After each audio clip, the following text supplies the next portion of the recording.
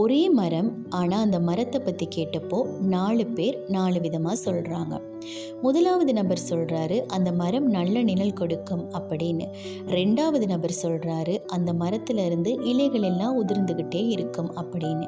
3வது நபர் சொல்கிறாரு அந்த மரத்தில் எப்போவுமே பூக்கள் நிறைந்திருக்கும் அப்படின்னு.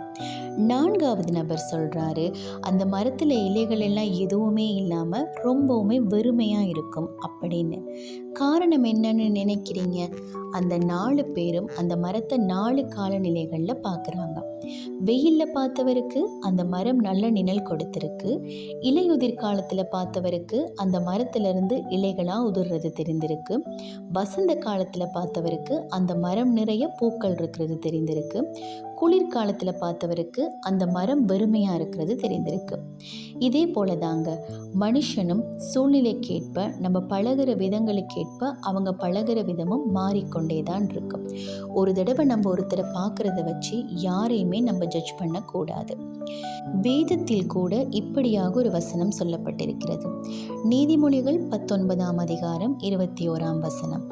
மனுஷனுடைய இருதயத்தின் எண்ணங்கள் அநேகம், ஆனாலும் கர்த்தருடைய யோசனையே நிலை நிற்கும் என்பதாக.